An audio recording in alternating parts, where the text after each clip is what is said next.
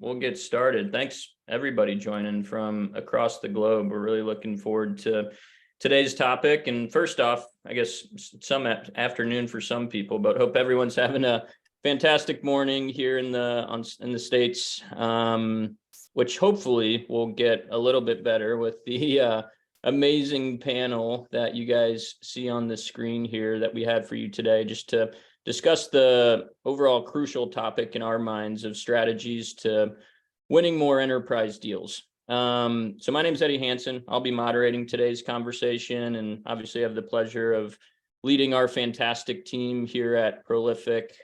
Just for some background on Prolific, we're the ones hosting today's webinar. Also have Jack here from Prolific. We help Salesforce customers streamline the key account management and account planning process in Salesforce, just through driving deeper relationships, identifying new opportunities, and following essentially a winning playbook across enterprise clients. So that's ultimately the theme of today's discussion that we're going to discuss with some of our partners, 30 Minutes to President's Club and Salesloft. So in our mind, enterprise prospecting and cross-selling can be some of the most challenging and I'll say yet rewarding selling that an individual or a team can do collectively. I'm personally extremely excited about today's topic, just because we have some of the best in the business that I just talked about with proven enterprise selling strategies and success that they're going to share with you all today. So hopefully you're going to get a lot out of today's session. We want it to be collaborative. I think we have a slide here in a second showing that we'd love for people to interact via chat like you guys all have been doing so far. But first, I'll go ahead and hand it over to the group for a quick introduction of themselves and their company briefly before we hop into the topic. So Armand, I'll hand it over to you, then we'll go to Amy, then Jack. All right, first is the worst. Great to meet y'all. Armand, founder, co-host of 30 Minutes to President's Club. If you haven't listened to us before, we run a moderately popular sales podcast that's all about actionable sales tactics that you can use today. And so that's why I love doing these types of things. We also do webinars of our own, and we have wonderful customers like Prolific. And then by background, prior to this, I was a VP of sales at a company called Pave, where I did everything from selling, unfortunately, a $500 deal as my first deal to a $350,000 deal and beyond. Doing enterprise sales. So super excited for today. Thanks, Armand. Amy, over to you. Great, thank you. So I'm Amy Figliolo, and I run the North America Enterprise team at Salesloft. I've been in leadership for, I guess, about 5 years now. Salesloft is technology that helps sales teams really transform the way that they sell, the way that they engage with customers. Bringing data and insights to light. And prior to Salesloft, I was at a company called Yext, which is a marketing technology company. And I was an individual contributor there for many years. And enterprise sales is near and dear to my heart. So very excited to be here today. Awesome. Lucky to have you. Thanks, Amy. Jack, over to you. Hi, everybody. Jack Gallo. I lead the selling team here at Prolific. Have the fortune of working alongside Eddie, our president, and supporting. He already introduced our business, so I'll keep it short, but supporting account planning, relationship mapping in Salesforce. A little bit like Armand in that I've spent or held many different roles here at Prolific, from BDR, AE, enterprise AE, now sales leader. So have experienced every kind of role that comes along with enterprise selling, and really excited to talk through some of these topics today and learn from this awesome panel. Awesome. Thank you all. Really looking forward to today's topics. And like I previously mentioned, this webinar is going to be recorded today, so everybody should receive an email with the recording. Please feel free to pass it along to colleagues or whoever you feel will get value out of today's discussion. Hopefully it's very valuable. And we also want you to engage. So please feel free to throw some questions in the chat. We'll try to address all questions that you guys do have. We'll save a few minutes for that at the end. And for the panel, if you guys see anything that's enticing that you want to tackle, questions that are coming through the chat, please feel free to stop me and address those. So real quick, just from an agenda standpoint, we met collectively as a group and really level set on 4 key areas that we feel is important for enterprise selling. The first topic we're going to discuss here in a minute is going to be around prospecting. Prospecting could be for, if you're a hunter, net new clients within the enterprise space, or finding different deals, product services, or upselling additional seats within the enterprise space, whether that's through subs underneath of a parent account, or whether that's cross-selling products into various subs across your enterprise deals and clients that you do have. And we also want to talk about discovery, proper discovery with enterprise clients, whether that's from an end user to management and the VP level, all the way to talking to the C-suite, and wins that our collective panelists have had and how they've approached different scenarios across discovery, and then ultimately getting to decision makers and multi-threading. So it's really important, obviously, to have multiple stakeholders across each enterprise deal that you're leveraging, your coaches, your champions, your supporters, your blockers, et cetera, getting a thorough understanding and how multi-threading looks like in a successful enterprise pursuit to ultimately win the deal, which hopefully we'll get to at the end, which is driving those actions to ultimately ask for the business and win those enterprise pursuits that hopefully everybody on this call is actively pursuing. So we wanted to start out with what we were calling enterprise prospecting. And every seller has experienced it year over year, quarter over quarter. Now we're getting into late Q1, early Q2 for everybody's respective businesses, but essentially starting with a clean slate at the beginning of the year, at the beginning of the quarter, and starting with that, which could be a good thing or a bad thing, starting at that $0 mark at the beginning of the year. We understand that can come with a lot of emotions. Those emotions could be excitement. Those emotions could be feeling overwhelmed, not knowing where to start, which is a personal one that I've experienced, which is I get very overwhelmed because I want to do so many things, but need to figure out where I'm going to start. And that can ultimately leave you feeling behind because you feel that there's so much to do in the year. So I'd love to kick off today's conversation with mindset. I think coming in with the right mindset is extremely important for enterprise pursuits, just to get organization within your head, with your account plans, whatever it may be. So starting there, I'd love for the group to talk about mindset, what you've gone through as an individual contributor or sales leader when taking on a new territory or taking on new accounts at the beginning of the year, and what's worked for you. What are some challenges that you've maybe had to overcome in the past? So Armand, if you want to kick us off with just how to get in the right mindset for the year to pursue these, that'd be great. Yeah, and so what's interesting is oftentimes what will make you successful as an SDR will make you successful as an SMB-AE. And oftentimes what will make you successful as an SMB-AE will make you successful as a mid-market AE. And so there are things that build on each other from SDR to SMB, where it's 60 to 70%, you're already doing that job in the previous role, and then you just need to add the 30 or 40%. What's interesting is that transition from mid-market to enterprise sales is not the same. The whole dials to emails to predictable revenue, make 400 cold calls a week type of thing, it doesn't work in enterprise anymore. So you see a lot of people who had success just by white knuckling in SMB and mid-market, and they fail in enterprise because instead of going deep and wide, they just go wide. And so we had someone on our podcast named Ian Cognac. He was the #1 all-time producer over at Salesforce for multiple years in a row. And one of the things that really hit home with me is he was doing, 6-figure years, but not massive 7-figure years. And the biggest mindset shift that you need to have in enterprise is it is not about closing 20, 50K deals anymore. It is about throwing 19 of the deals that are not going to move big and fast in the garbage, and finding the 2 or 3 in that sweet spot of companies that move both big and fast so that those are the deals that in 2 or 3 deals, you can make 300, 400, 500% of your number and close that multi-million-dollar deal. And so what that means for enterprise prospecting is you need to start by finding the sweet spots in your territory and then carving deep into those sweet spots, which is what we're going to be talking about in the data and research and the actions to take section. So there's my riff. I love it. Find the sweet spot and think big. Thinking big is absolutely crucial. So thank you, Armand.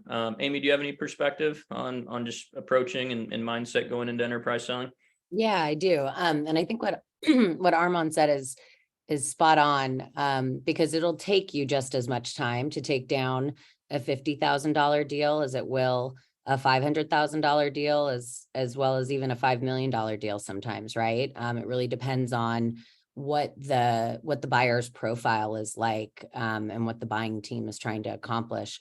But what I would say is, for me, especially when I was an individual contributor, mindset is kind of everything in sales. And that certainly starts with prospecting. But for me, it was always about, and I know we're going to talk more about research in just a moment here, but it was always about feeling like I had earned the right to have the conversation with the prospect, because I knew their business really well, and I did a ton of research. And for me personally, that helped me build a lot of confidence. And it was that confidence that really allowed me to attack my accounts and prospecting into those accounts with a lot of gusto. And I felt like with the work that I was doing, I was prepared to have a conversation with them and point out problems that they maybe didn't even know that they had. And so for me, it was always about initially doing really, really deep research before I ever picked up the phone to call someone, before I ever sent them an email. I had started to create that point of view about what they should be thinking about and what they should be caring about, and how my solution could help them, get to their goals faster. Yeah, that's really good stuff, Amy. And from everything I took away from what you just said, which is brilliant, it's all about preparation, and preparation equals confidence in going in and asking for a large deal or having a big idea within some of the enterprise pursuits that you're working on. So, Amy, if you don't mind, we'll stick with you for just a little bit. I'd love to hear about some of the key indicators that you look for, some of the strategies and data points that you look for across some of the large enterprise pursuits that you've worked in the past and that your team's working on now. Maybe some of the tech or data resources that you've leveraged that have set you up for success. While we have you, love to just take it to the next level and how you've prepared yourself for those conversations to come in with that point of view. Yeah. I think, so one thing that I always try to think about is putting myself in the shoes of like the customer's customer, right? And so, a tactic that we would use a lot at Yext, it was all about the searchability of that company. And so that would look like, going into Google and seeing how well, that customer would show up for, different search queries that people would be looking for that were directly related to that company's business. And then using that data to kind of tell a story to be able to open doors with that customer.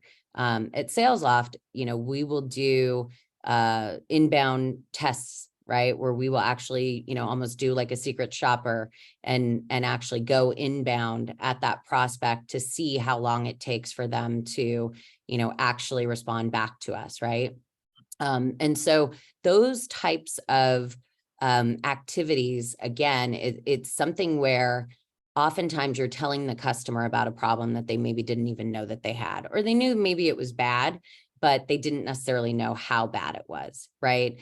And so that always just, really resonates with the customer. And it also helps you, again, kind of figure out, okay, how good of a fit is my solution for this particular account.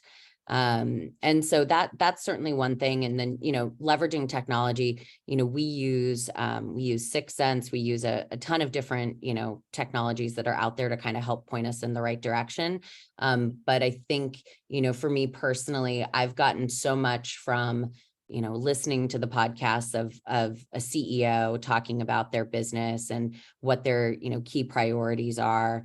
And I find that more enjoyable than, reading over someone's like earnings statement, and that kind of thing. Yeah. Yeah. If you can learn and make yourself a better professional, while doing the necessary work of preparing, doing the research and collecting the data points that you need, it makes it that much more rewarding. So that's awesome perspective. Thanks, Amy. Jack, we'll hand it over to you. What are some of the, I know firsthand, I've seen you prospect and find net new logo enterprise pursuits. I've seen you coach your team to some larger enterprise customers that have bitten off our technology. What's your perspective on how you prepare and get in the right mindset to sell to an enterprise account? Yeah, I think there's two things that jump out just from what has already been shared by Amy and Armand. The first is I totally like when Armand was talking about, you go from SB to mid-market, you feel like you're really building upon this tool set, right? And then everybody gets into tech sales is always like trying to move up the ladder. And it's like, I got to get to enterprise. It's like this glorified thing, right? The biggest deals happen in enterprise. And what you ultimately uncover when you get there is the wins and how you define wins need to change. Because when you're an SMB and mid-market, you're going to see wins maybe daily. Could be meeting set. It could be closed deals, right? Like there's always something to celebrate and say as a seller, like I'm on the right track. And I remember like the first month that I was in enterprise sales, it was like I had spent the entire month prospecting into a certain number of accounts. I had maybe gotten a few call connects, but I hadn't really seen much traction. And it was all in how I was looking at wins. And my wins at the time were, have I closed deals? Have I created opportunities? And obviously those are wins we want to get to, but if you only measure yourself on those things in enterprise, you're going to be an unhappy person 90 days out of, or 85 days out of the quarter, right? Or whatever it is. So, for me, it was just kind of resetting expectations around how do I win the day? And how does that ultimately culminate in where I want to take this, which is generating pipeline, just knowing it's going to take more conversation, it's going to take more research. And that just segues into what Amy shared, which was, from my side, the spray and pray approach worked a lot. I could take, hey, as a VP of sales in SMB, you probably are struggling with these things, but you really need to take it to the next level. When you get into the enterprise, you need to make it specific to the organization. You need to make sure that you have done your research. And what I found to help a lot was understand the different buyer roles that are a part of an evaluation and figure out which ones are going to be the most likely to give you information. So for me, we sell in the enablement space. We sell something that's used by sellers. So the first place that I went when I was struggling to get meetings right off the bat in the enterprise was, let me go find a couple key account executives, key account managers, enterprise sellers at that business. Let me see if they're struggling with account planning. They're usually a little bit more accessible. And what that allowed me to do was take information that I gathered there and have much more relevant, thoughtful information that I'm then delivering to people that I know have power that can progress evaluations down the path. But it was like, wow, this person knows how we do planning today, what our reps are struggling with. And you cut through the noise in a lot of ways of what can be created in LinkedIn, email, all of these different ways in which we prospect, and really deliver something that makes them take a step back and say, okay, this person's taken the time to at least understand our current state. I'll, more than likely give them a reply comparative to the standard generalized messaging that I know everybody on this podcast has gotten at one point. Yeah, no, that's great perspective. It's always good to earn that next conversation, and the best way to come in with a point of view is hear it from the person's mouth themselves that are dealing with the pain points that leadership up and up are trying to solve for on a regular basis. And so, Jack, you just hit on the third bullet point there, which is initial actions to take, or one of the initial actions that you took when prospecting into an enterprise client. And Armand, I think you had some good perspective at the beginning of the call around SDR, BDRs, and how that translates up market. And starting to get to know you a little bit, I'm sure you've had some unique approaches into how you get started with a new prospect or customer. I know when I was at Salesforce, when accounts or territories are shuffling hands year over year, customers get trained essentially to think that, okay, here's my new account executive. They're going to have the same messaging. They're going to do the same thing as the last rep. We know what they're doing. So I love to get your perspective on maybe some unique things that you've done or how you approach taking on a new territory or a new prospect at the beginning of the year or quarter. For sure. And so I want to address two actually really good questions that I believe Lisette was asking. The first is, how many of these accounts should I be taking these unique approaches on? And then the second piece is, how long should I spend on these set accounts? Okay. And so the goal is, let's say in enterprise, we might have a territory of, it depends. If you're in like super enterprise, you might have 3 accounts and it's like, go sell to Apple. If you're in not super enterprise, but enterprise, you might have a book of 50 or 100 accounts, for example, right? And so oftentimes what you're doing is you're tackling in enterprise maybe 5 a week, and you're going deep on those 5 a week. And in mid-market prospecting, you might spend 5 minutes researching an account versus you might try to time block this to an hour going deep and wide in one enterprise account. I would still recommend not spending that long doing just pure research because it can go into the sprawling exercise. So to answer your question, Eddie, let's say that I've got that 10. How deep and wide do I go into that 10 and what can I do? Okay. So for everyone in the audience, right, what are the top couple of things that you look for on an account, right? I'm going to give you a basic framework to think about things. So speed, size, and availability. Okay. Speed, size, availability. Speed. You're looking for things like timing. Is the account in that magic moment where they raised a round of funding, there was a new CFO that was hired, what have you? Those are triggers that I'm going to be using in my outreach for my A-tier accounts. You're looking at the size of the account, which is typically looking at the growth or the number of employees or the number of seats or the number of departments I can sell into. And then the third is you're looking at the availability of the account. And the availability means, what are the ties that I have into that organization? So Eddie, to get to your question, the creative ways that I can break into an account are oftentimes attached to that third bucket of availability. So what I'm going to do is I'm going to go connect with Amy. I'm going to connect with Jack. I'm going to connect with you. I'm going to connect with every exec at my company, and I'm going to connect with my top 50 customers in the enterprise space and every VP of sales, every CRO, every head of RevOps I can find. And what I'm going to do is, for those A-tier accounts, I'm going to look at second degree connections to those VPs of sales, those CROs, et cetera, because I'm connected to people who already trust me if I'm selling for Prolific, for example. So for those A-tier accounts, go connect with everyone you know who's a customer, who's an executive that probably knows the other executives at your A-tier accounts, and start with the low-hanging fruit, which are warm introductions.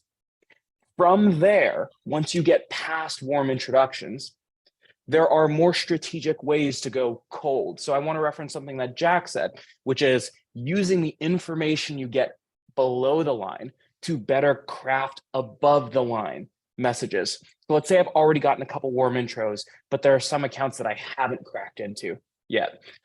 Break up your accounts into below the line, at the line, and above the line prospects, okay? So below the line prospects, you're oftentimes having your SDRs prospect into those folks, and you're doing a groundswell motion where you're gathering information to use on people at or above the line. For people who are at the line, you're oftentimes talking to people who are experiencing the process pain. And so what you can do is you can use the information from an AE who's trying to break into an enterprise account on the sales manager, the director of sales, or maybe even someone in RevOps, and say, we've heard this from your team, right? Here are some challenges that you have with multi-threading as you try to go from breaking into 5-figure deals to 6-figure deals. And then you can have the AE or exec to exec messaging, where if I'm working for Prolific, I'm going to ghostwrite a message for Eddie to send to an opposing CRO. So to recap, you have your groundswell from the bottom that helps you prospect from below to at the line. And then going above the line, either have your AE do that prospecting or have your own executives send the touch points. That's all I got. No, that's fantastic. Thanks, Armand. And yeah, what you just described towards the end there, we work with a lot of our customers that do a lot of large enterprise selling, which includes a large enterprise selling team, whether that's product overlays, whether that's solution engineers, obviously your direct manager, leadership and executive team that can help out, and all have a stake and want to help you drive those actions and drive pipeline and revenue for the organization.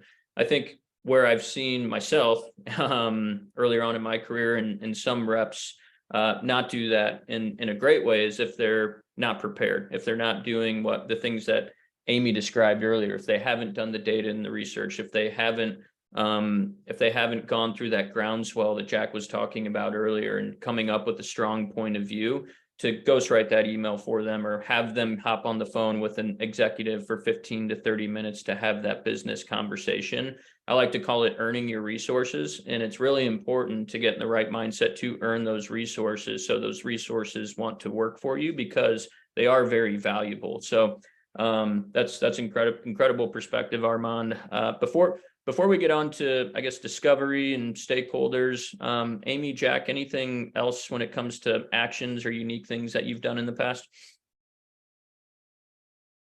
I would just say the piece that Armand brought up about, hey, I want to send a ghostwritten email for my CRO to send to their CRO is something I don't think should be overlooked, because enterprise selling isn't an individual motion. It's something that needs to be done as a team.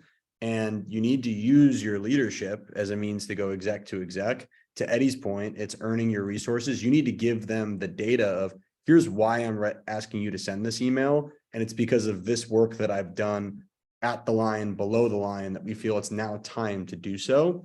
But use your executive team as a means to, have that exec to exec outreach. As long as you have a reason behind it. I tell my team all the time, who do you want me to reach out to? How can I help you progress this deal? It's not a forecast to me situation and go and figure out how to sell this. It's truly a team selling environment that to create a great enterprise selling organization, you need to facilitate. Yeah. And I'll add on to that,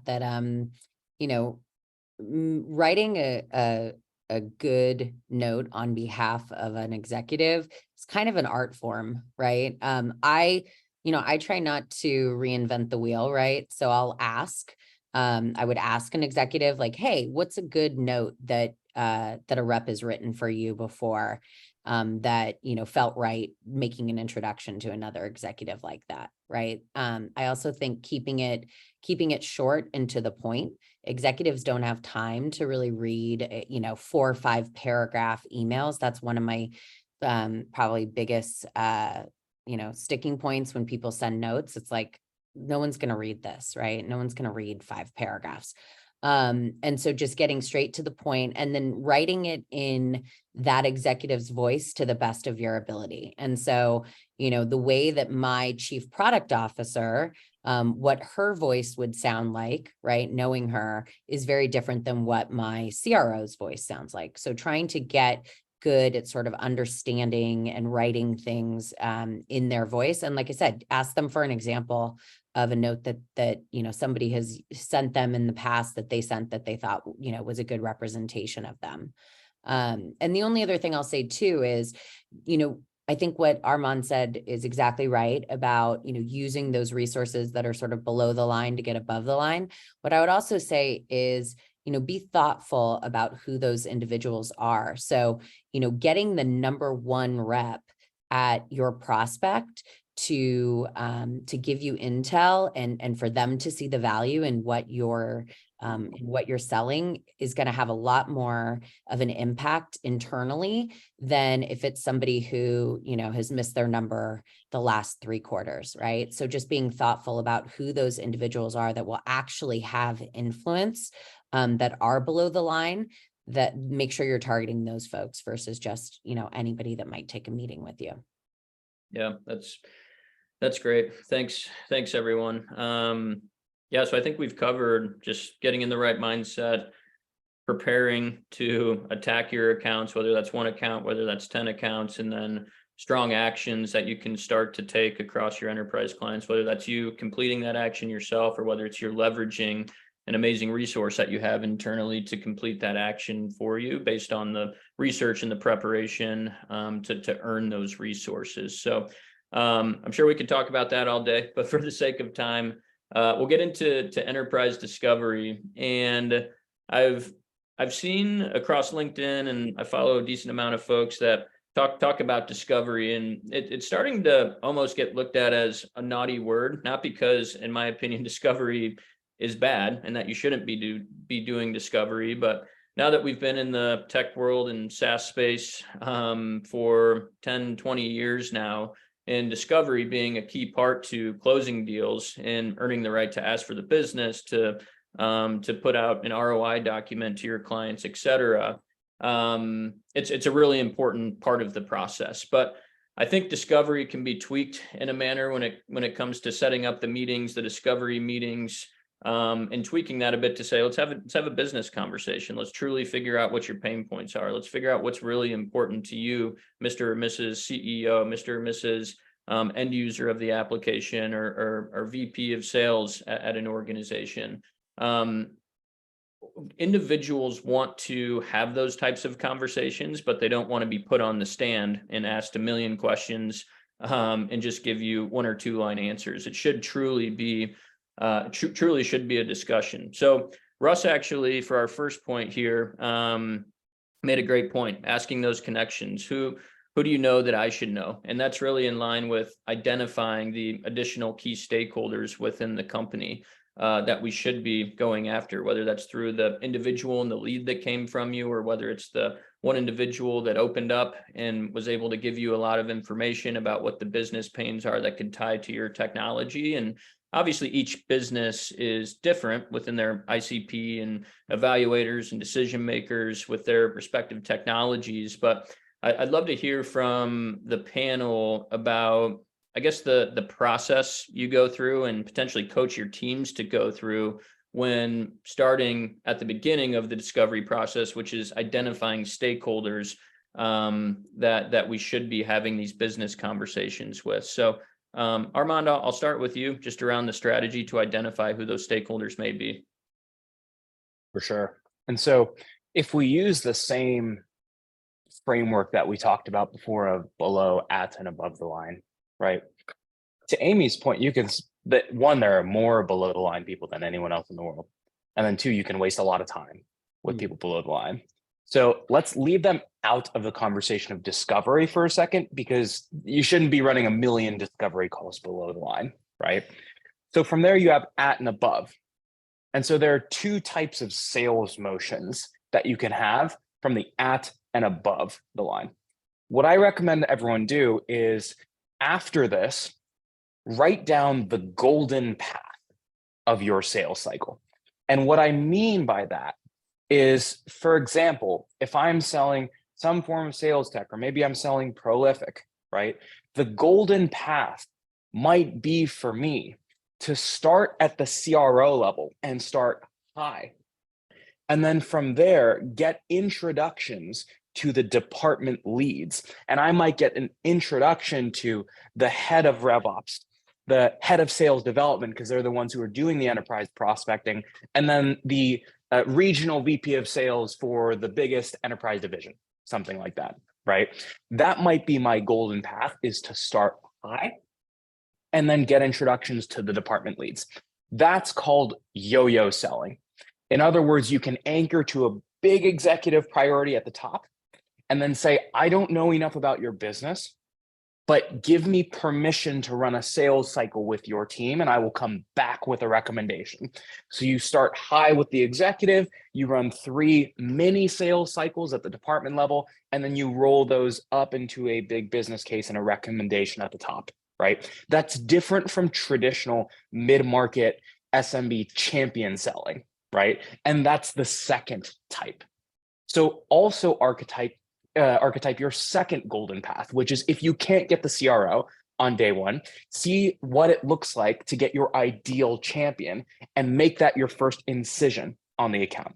That might be starting with the RVP of enterprise sales if I'm selling Prolific, right? And so from that perspective, you're trying to crack in there. Your first incision, you get a bite from the VP of sales. And now what I'm thinking as I'm prospecting or as I'm working this account is how do I go across and up, right? And sort of build this tidal wave motion of a sales cycle. So those are the two ways that I think about breaking into an account.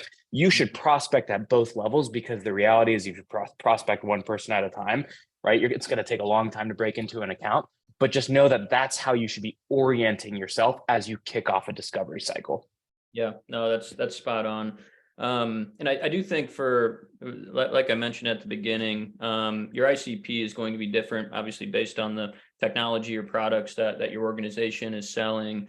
And one of the best ways that I've been able to identify not just your typical stakeholder and who we're selling into, but maybe some outliers that have an opinion or have a seat at the boardroom table when making a decision on your technology or your product is to look at a big win, look at a 100K plus deal, look at $1 million plus deal that's recently been won by an enterprise seller or any type of seller across your organization. And whether that's setting up time with that person to say, who are some unique folks that you didn't expect to talk to, but were a part of this evaluation process, and identify them and make sure you're trying to identify that persona across each and every single one of your enterprise clients or your prospects that you do have.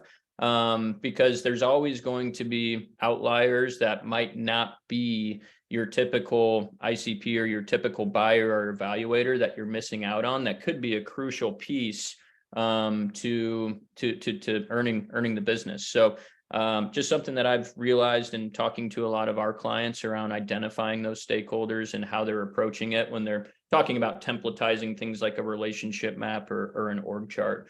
And so that's a good segue, Armand, into the approach. And Amy, I know you sold a lot of big deals at Yext, et cetera, and you talked earlier about getting different perspectives across each and every single level of the business. But those conversations typically are different types of conversations. And sometimes you need to tweak your approach a little bit with different business conversations you should be having with end users and managers, VPs, C-suite, et cetera.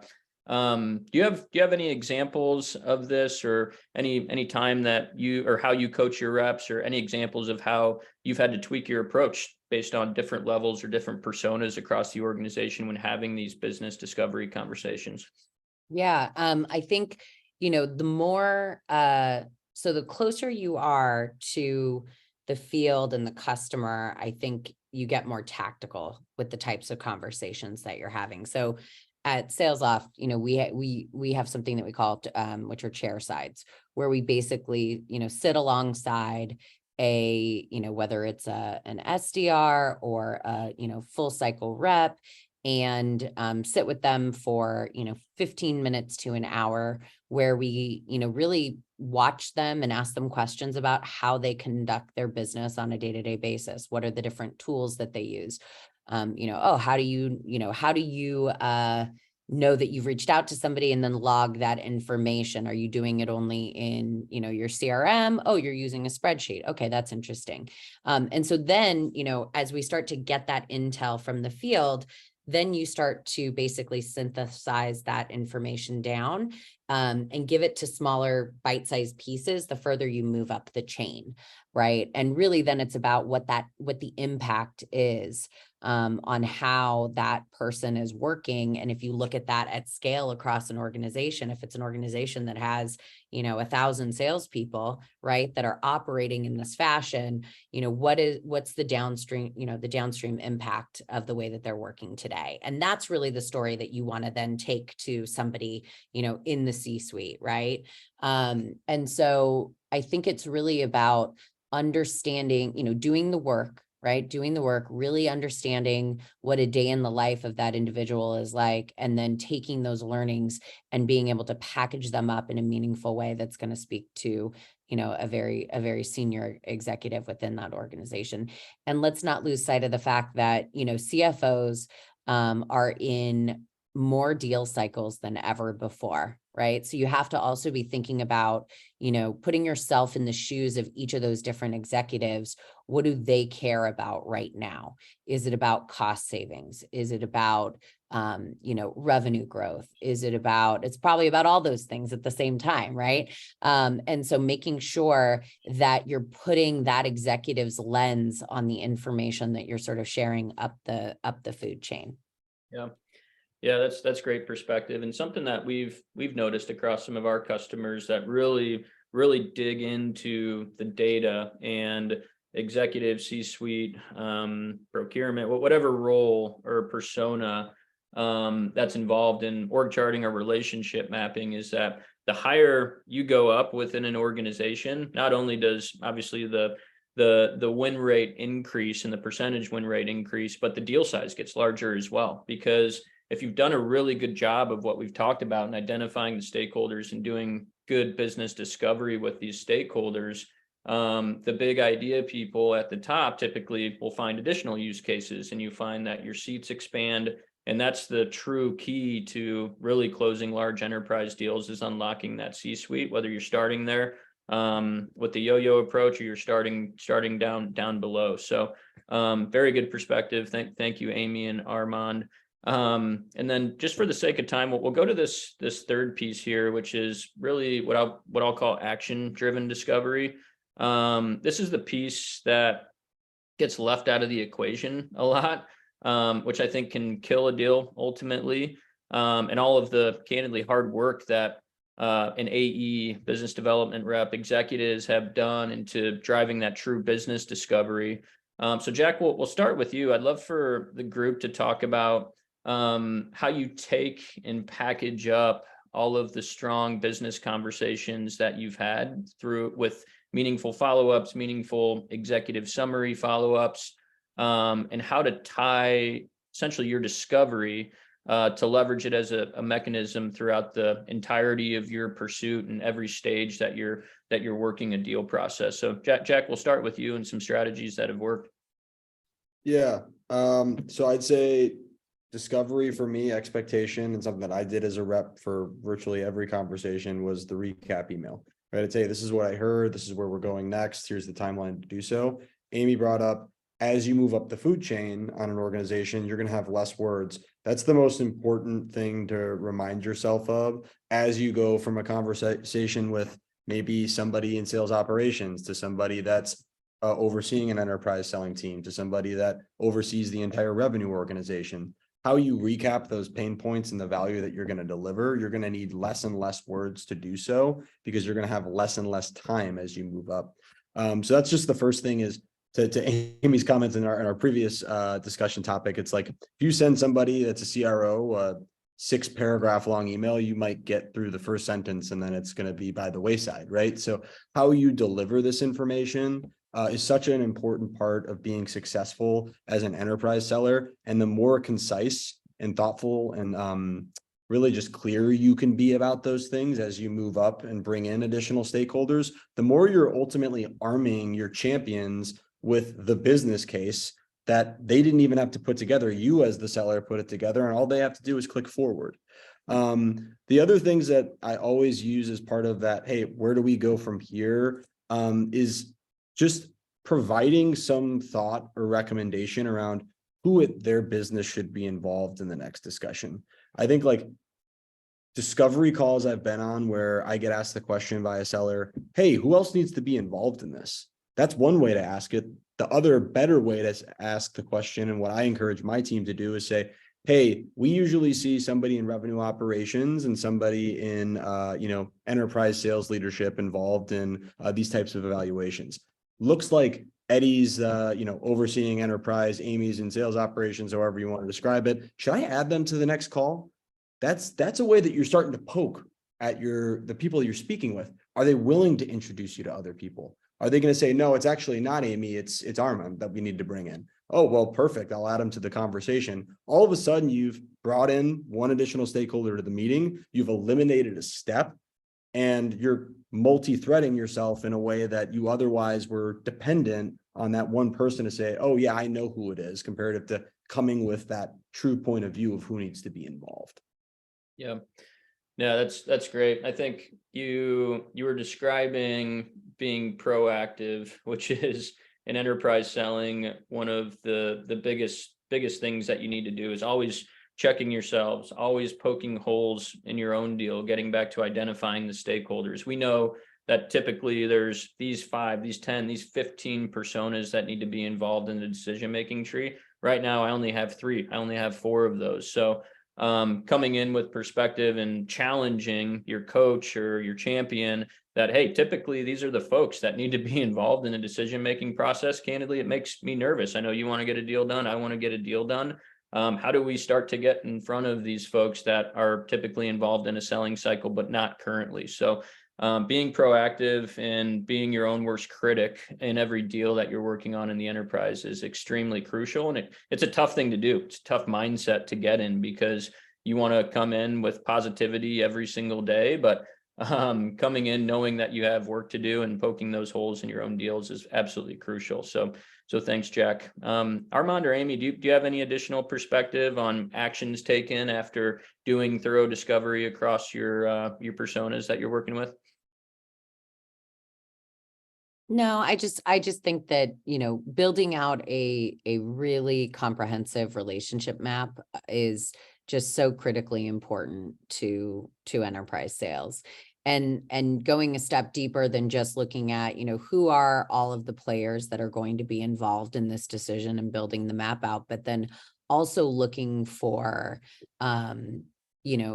breadcrumbs that some people may have more influence than others. So looking at, oh, the CRO worked here, and, this SVP of revenue operations worked, with him or her at X company, 2 years ago. Okay, they obviously are very tight. He brought this person in. That person's going to have a lot of influence, right? So not just looking at names and titles on a relationship map, but going a step deeper and understanding, again, influence. Who are the people that are going to have the most influence to help you get a deal done, and just being thoughtful about who those individuals are and looking for, commonality across some of the different individuals that are in that map.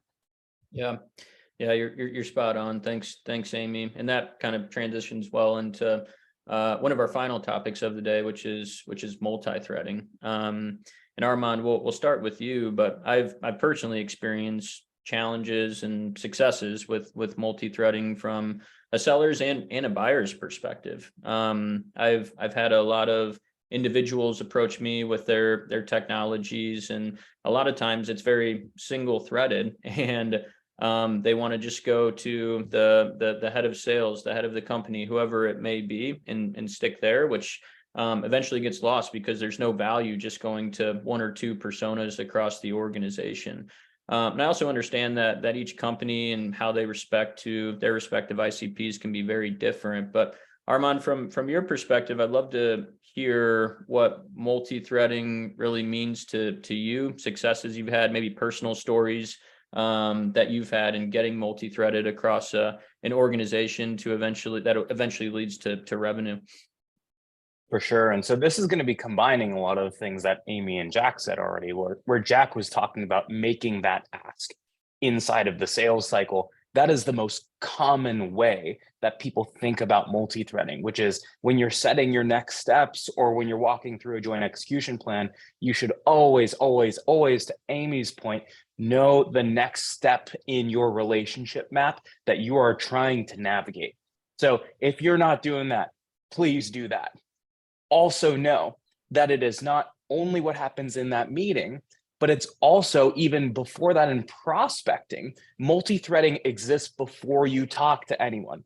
So for example, we talked about prospecting in multiple people at and above the line, okay? If you book one meeting with Honeywell, with one of the enterprise sales VPs, and that enterprise sales VP says no, Honeywell did not say no. That Honeywell did not say no. That person said no. And so to your point, Eddie, there is a difference between a champion and a coach, okay? And a champion is not a champion until proven innocent. And the way that someone can be proven innocent is by proving that they are willing to shop you around actively. And that is when you can stop prospecting the other divisions, is when a coach or just a general prospect who has booked a meeting turns into a champion, meaning they are willing to shop you around the organization. And so to recap, keep prospecting until you have a clearly identified champion. At the end of that meeting with the champion, use what Jack talked about, which is typically we need to talk to X, Y, and Z person. If it's a yes, great, you have your champion. Start documenting those steps and keep the champion in the safe space where you let them know where the sales cycle is going and you continue to recap your findings as they introduce you to other people. But don't stop until you're sure that you have the right champion. That's spot on, spot on. And I loved your comment around an individual does not equal a company. I always talk about just with our BDR team or AEs that are even going after a lead. When a lead comes in, it's not an individual, it's a company that you're going after. So getting multi-threaded from the get-go is extremely, extremely important. And don't take that no to heart. There's always somebody else to prospect into that may not be having a bad day, maybe like the person that you talked to, or maybe experiencing a different pain point that your contact had not experienced in the past. So Jack, do you have any final thoughts around multi-threading as to how you coach our team at Prolific to get multi-threaded across accounts?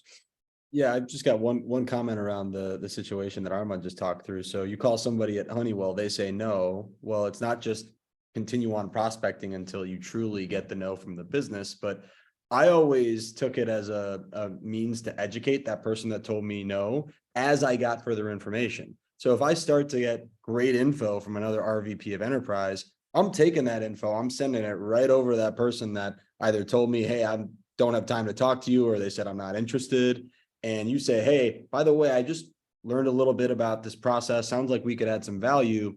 I'll plan on keeping you up to speed as I progress discussions. Let me know if you'd be open to chatting further. If they really don't want you to talk to them, they're going to email you back saying, hey, do not email me again. Then that's the official get out of here. But if you continue to educate them, you very well could be over time nurturing that person into somebody who, oh, wow, now that you bring it up, I didn't give this the chance that I should have initially. And you've now got another person at that organization that can potentially be on your side. So don't take no, as the end of your engagement with them, I guess, in these enterprise, prospecting efforts. Continue to take that info and use it as a means to potentially generate that interest with the person over time. Yeah. Yeah, just the psyche of selling and emotionally what that does for you. Not even thinking about the commission you'll get after closing a large enterprise deal, but just the quick wins, Jack, that you actually talked about at the beginning of the call in enterprise selling, turning a no into a yes based off of the research, coming at it from a compassionate standpoint, and persuading somebody through good discovery, and because you did a good job of being a business professional and understanding their problem, why they said no initially, and how you turn that into a yes, because your technology or product can solve for some of the pain points that you've discovered, whether that's lower across the organization or higher in the organization. And then having that level setting conversation with somebody that originally told you no, I think is gratifying from an individual's perspective, and probably from that person's perspective that also told you no. And they're going to be grateful because you stuck with them and you're solving a strong business challenge that they've had. So thank you guys. And so I know we're coming up on time here. We've got a few more minutes. And the last thing, I guess we'll call it closing remarks, is I know the collective panelists have all closed good deals. We have an awesome audience today that have closed amazing enterprise deals and are craving more coaching and more stories from this panel that and strategies to approach their enterprise accounts. But Amy, we'll start with you. I'd love to get your perspective on whether it's any final remarks that you have, or whether it's just around how you take everything that we've talked about today, package it up to drive a deal home. I'd love to get your thoughts around that with some closing remarks. I will say I'll say none of these things are necessarily connected to each other, but there are three things that are on my mind. So one, I think what Jack said about, having, because some deals are going to take you, I mean, one of the biggest deals in my career took 4 years to finally close the first deal. It was with Wells Fargo, and there was a lot to navigate in an organization like that. And what I would say is, make sure, as long as you're doing the right things each day, just keep your head down and keep doing it, because eventually it's all going to come together. So just know that if you know that you're working hard, you're doing the research, that you're, building champions in your accounts, and you're doing all the right things, then trust that it's all going to come together, because it will. So that's one takeaway. The other thing that I think is really important, we've talked a lot about, multi-threading, relationship maps. The other really important thing to understand, and oftentimes it's best to get this when you do have a real champion on your behalf, is understanding the political map within the organization as well, because that is something that, you can't underestimate how important it is to really understand those internal dynamics that are at play. We had a customer dinner last night, and I was sitting next to somebody who's got, they have an inside sales team of 1,200 sellers right now, and they're going to be scaling that to 6,000 sellers over the next 2 years. And I said, what's your biggest challenge with that? Right. And could have been a number of different things that they could have said. And what they said was actually the internal politics around how they're going to actually be able to scale the business to that level. So don't underestimate the amount of internal politics at play, especially in big organizations, and trying to really map that out and understand, what everybody's agenda is internally at that organization is just really critical in enterprise selling. Yeah, that's fantastic. Thanks, Amy. Hope the dinner went well last night. Jack, we'll hand it over to you, and then Armand to close us out. Yeah, I would just say, outside of, everything that we've talked through, the one thing that doesn't go away from SMB to mid-market to enterprise is confirming and reconfirming what you heard. Priorities change, particularly now. So if you're going into discussions and expecting that everything from a month ago is exactly the same, and that's kind of the cadence that you're on with them, it very well couldn't. And there's nothing wrong with taking a second saying, hey, listen, this is what we heard in our last chat. I just want to make sure that our understanding of your focus areas are still accurate, and that what we've put forth from a plan perspective is still, what you think is realistic. Constantly confirming that throughout your engagement will only keep you more in control as you start to add in additional people. And don't forget, discovery doesn't end after the first call either. So as you bring in new stakeholders, confirm what you heard from that initial stakeholder and ask them, hey, am I missing anything here? That's how you get great information that outside of what was already shared, you can begin to continue to pile into your business case, shape, sculpt, and then bring over to your CRO, whoever that buyer is, to ultimately get a deal done. So don't forget about confirming, reconfirming your plan. Don't forget discovery doesn't end, and make sure you're keeping track of, all of those different stakeholders involved and what their core priorities are, how they interact with one another. Great. Thank you, Jack. Armand, do you want to bring us home for today? Alrighty, folks, we're at time, so I'll keep it short. Jack and Amy already said many things about driving deals home that I will not reiterate. The major thing that I'll plus one is, jumping off of what Jack said, is these enterprise sales cycles are like driving a 300-mile journey, and there are a lot of houses that you need to stop by on your map. No pun intended, mutual action plan. Okay. The steps are one piece of it, and it is your job to teach your buyers, your prospects, how to buy. They don't know how to buy. A lot of them, this will be the biggest purchase that they ever make in their career, or at least at this company. So it is your job to walk through the different houses that we need to stop by on this 300-mile journey. And then it is also on you to have quick soundbite, one-sentence summaries of what is inside of each house. as you have toured each of those houses. And those are your recaps. Those are your business cases. Those are your discovery calls. And so the last tactic that I'll leave y'all with is what's called the rolling recap, which is if you started that sales cycle at Power, or even with a champion who's introed you to other people and they're not in those meetings with you, what you should have is a 4-bullet email where as you take each of those houses on, you ungray those bullets. So you're going to start an email with 4 bullets. And when you meet with one person, you're going to have a 1-sentence recap of what happened in that house. When we met with sales, this was the most important thing. Next up, we have CS. Next up, we have head of SDR. Next up, we have RevOps. And then as you go through your sales cycle, constantly be telling your champion and Power, these are the next 3 steps we're going to take. Here's our current understanding of the world. What do you think? To Jack's point. And that's it. Awesome. Well, thank you everyone for joining. Especially thank you to the panelists, Amy, Armand, Jack. Great insights today. I hope everybody on the call picked up on some tactics, and this was insightful for everyone. So thanks everybody for your time today. Like I mentioned, you will get a recording. Please feel free to forward along to colleagues, peers, etc. And hope everybody has an amazing rest of the day. Thanks all. Thanks, everybody.